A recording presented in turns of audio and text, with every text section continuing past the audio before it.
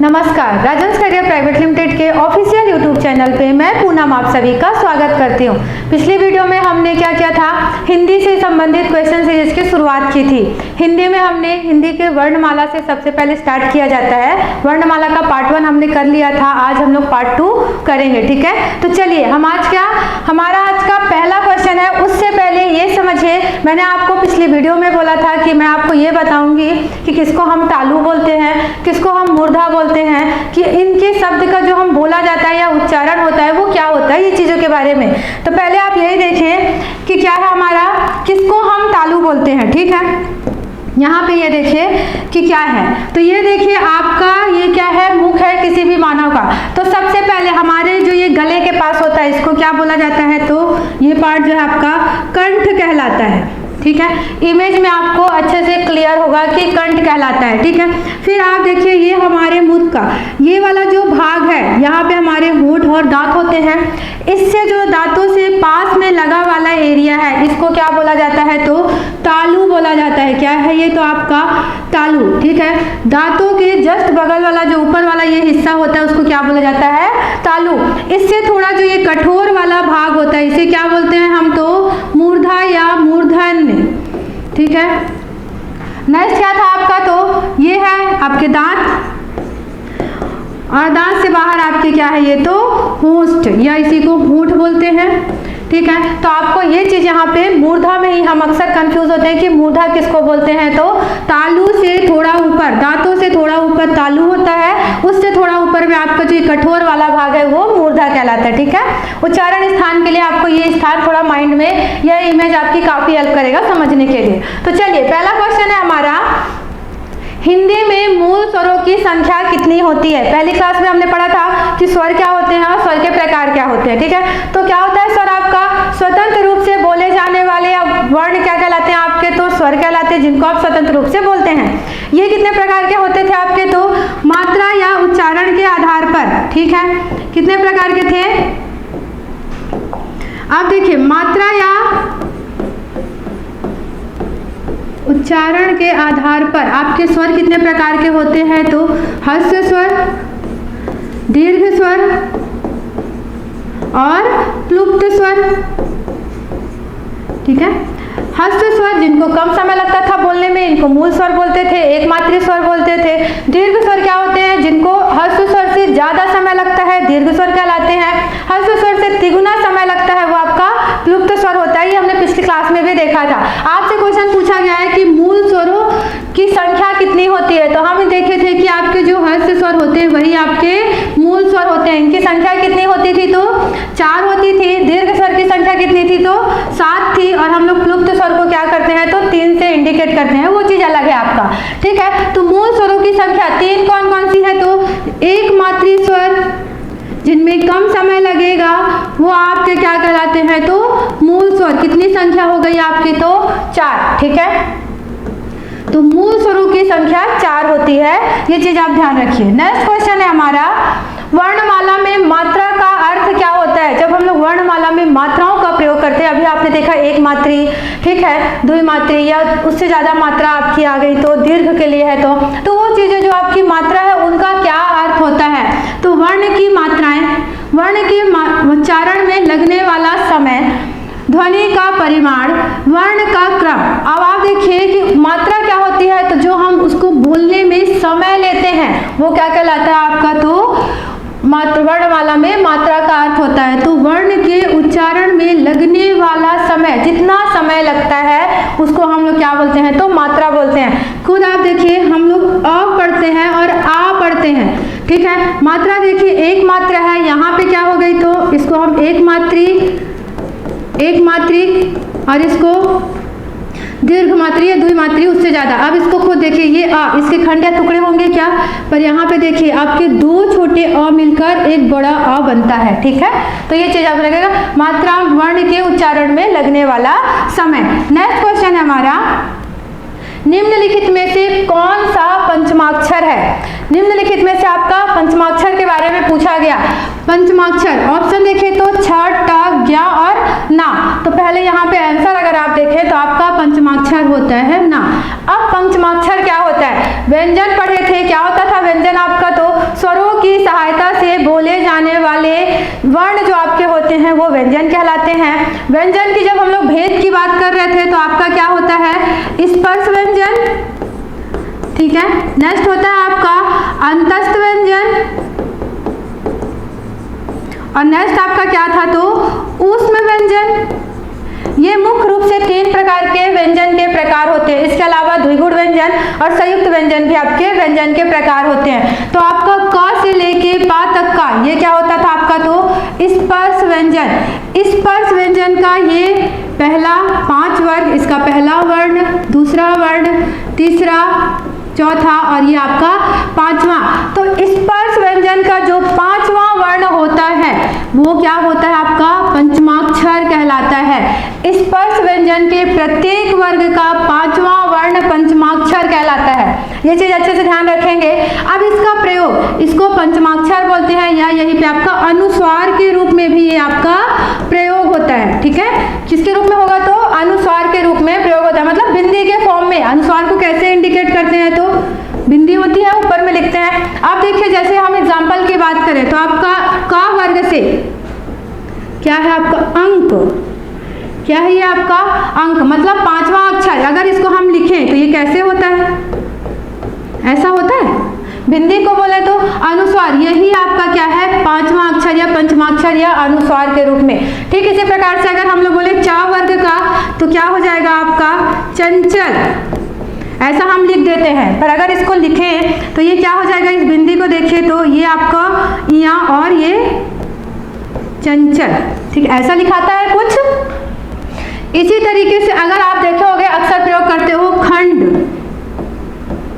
लिखते हैं तो ये हमारा क्या है पंचमाक्षर, बहुत ज्यादा होता है तो हम इसको बिंदी लगा के भी लिख देते हैं। तो आपका प्रत्येक वर्ग का, स्पर्श व्यंजन के प्रत्येक वर्ग का 5वां वर्ण क्या कहलाता है आपका पंचमाक्षर कहलाता है। जैसे खुद देखिए कुंती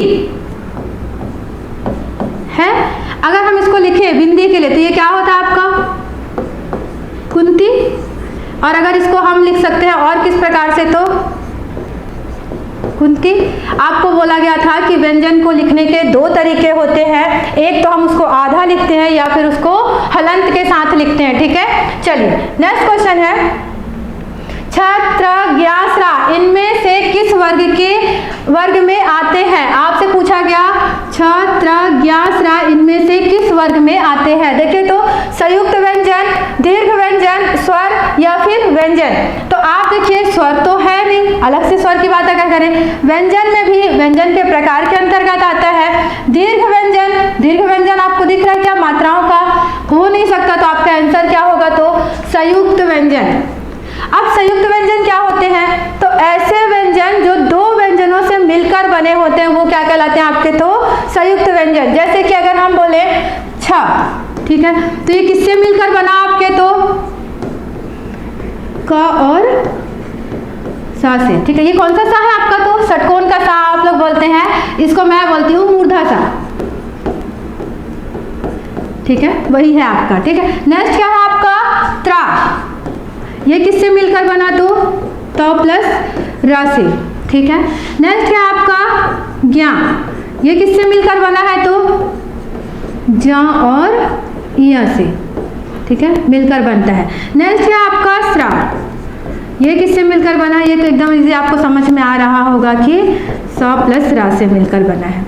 अब देखिए आपसे इससे डायरेक्ट क्वेश्चन अगर आपने व्यापम के या किसी भी एग्जाम को दिए होंगे तो देखे होंगे कि डायरेक्ट आपके संयुक्त व्यंजन से क्वेश्चन बनते हैं। तो आप ध्यान रखिए मोस्ट इंपॉर्टेंट अगर आपके लिए है तो छ आपका किससे बनता है तो का और सा से। त्रा आपको लगभग याद रहता है क्योंकि हम इसके उच्चारण करते हैं तभी समझ में आता है कि त और रा से मिलकर ये बना है। फिर आपका ज्ञा, जा और इया, तो आपका देखिएगा ये थोड़ा सा जा प्रकार का दिख रहा है और इया में कुछ इस प्रकार की चीजें हैं, तो ध्यान रखिएगा जा और इया से मिलकर बनता है। स्रा किससे है तो आपका स और रा से। अब ये कौन सा सा है आपका तो तालु, पढ़े थे उच्चारण स्थान में पहली क्लास में। चलिए नेक्स्ट क्वेश्चन है लिखित में से किस वर्ण का उच्चारण तालु से होता है। कितना इजी है, इसके पहले अगर आपने पहला वीडियो देखा है तो ये चीजें आपसे यहीं पे बन जाएंगी। तालु के आपका किसका उच्चारण होता है तो आप देखिए ऑप्शन क्या दिया हुआ है स और रा। तो आप देखिए ये कौन सा सा था तालु से, पहले ध्यान दीजिए कौन सा है आपका तालु वाला सा। तो नेक्स्ट क्या था मूर्धा सा, मूर्धा से उच्चारण होता है। ये कौन सा था आपका? तो दंत। अब आपको मैं एक ट्रिक भी बताई थी कि अगर हमारा क्या होता है, तालु सा के ऊपर जो है उसका उच्चारण भी आपका तालु से ही होगा, मतलब य का उच्चारण तालु से होगा। मूर्धा सा के ऊपर जो है र, उसका उच्चारण कहाँ से होता है? तो मूर्धा से होगा। तो आप देखिए इसका उच्चारण स्थान भी क्या है आपका? तो मूर्धा है। मूर्धा हमने इमेज में देखा था कि मूर्धा होता क्या है, ठीक है। नेक्स्ट क्या था आपका? ये दंत सा, उसके ऊपर वाला भी क्या है आपका? तो दंत से उच्चारण होगा, मतलब ला का।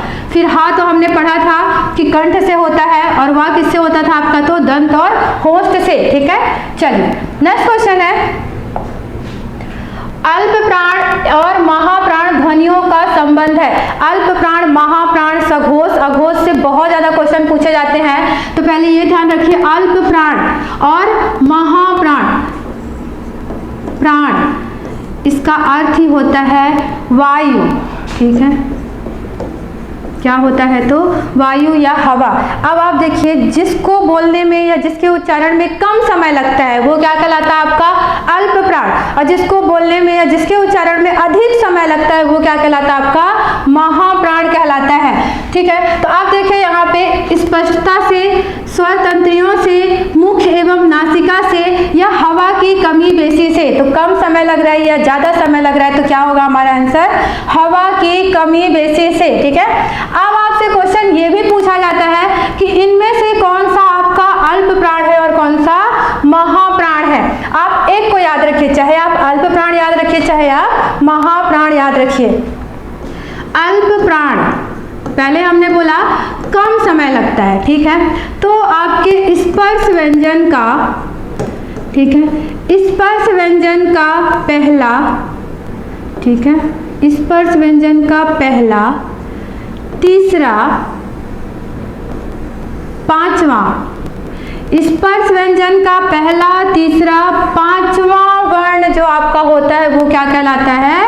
अल्प प्राण। पहला, तीसरा और पांचवा, अच्छे से ध्यान रखेंगे। अल्प प्राण में पहला, तीसरा और पांचवा। बोल के भी देखिए, क, खा, थोड़ा टाइम ज्यादा लग रहा है, क और खा में खुद देखिए आपका, तो पहला, तीसरा और पांचवा अल्प प्राण। इसके अलावा आपके अंतस्थ व्यंजन, सभी जितने भी अंतस्थ व्यंजन है वो क्या कहलाते हैं आपके? तो अल्प प्राण में आते हैं, मतलब य, र, ल और वा, ये सभी क्या है आपके? तो अल्प प्राण है। तब आप खुद सोचिए कि अल्प प्राण अगर ये हो गए तो बचे हुए महाप्राण होंगे। तो महाप्राण में क्या आता है आपका?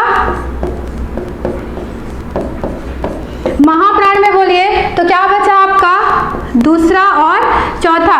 स्पर्श व्यंजन का दूसरा वर्ण और चौथा वर्ण आपका क्या कहलाता है? तो महाप्राण। इसके अलावा आपके ऊष्म व्यंजन जो होते हैं वो सभी क्या कहलाते हैं? तो महाप्राण। खुद आप देखिए, खा, घा, छा, ठीक है, झा, मतलब जिनमें आपको ज्यादा समय लगता है वो होते हैं। इसके अलावा क्या आते हैं आपका? तो तीनों, स और हा, ठीक है। तो अल्प प्राण और महाप्राण अगर देखा जाए तो क्वेश्चन इससे बहुत बनते हैं। अल्प प्राण पहला, तीसरा, पांचवा और अंतस्थ व्यंजन। महाप्राण दूसरा, चौथा और ऊष्म व्यंजन होते हैं, ठीक है। चलिए नेक्स्ट क्वेश्चन है, क्या क्वेश्चन बोलता है? क वर्ग, चा वर्ग, टा वर्ग, ता वर्ग, पा वर्ग के प्रथम दो, ठीक है, प्रथम दो व्यंजन को किस नाम से जाना जाता है? पहले देखिए, का वर्ग, चा वर्ग, तो हमको ये तो समझ में आ गया कि अगर ये वर्ग की बात कर रहा है तो स्पर्श व्यंजन की बात कर रहा है, ठीक है। इसको क्या बोलते हैं? तो स्पर्श व्यंजन। स्पर्श व्यंजन को वर्गीय व्यंजन के नाम से भी जाना जाता है, ये भी यहाँ पे आप ध्यान रखेंगे। क्या बोला जाता है इसको? तो वर्गीय व्यंजन के नाम से भी जाना जाता है। अब यहाँ पे देखिए कि आपका क्या बोला गया कि इनको किस नाम से? ऑप्शन देखिए, घोष व्यंजन, अल्प प्राण व्यंजन, अघोष व्यंजन और महाप्राण व्यंजन। तो आप देखिए कि इनको क्या बोला जाता है? तो यहाँ पे हमारा आंसर क्या होगा? अघोष व्यंजन, ठीक है। क्या होगा? अघोष व्यंजन।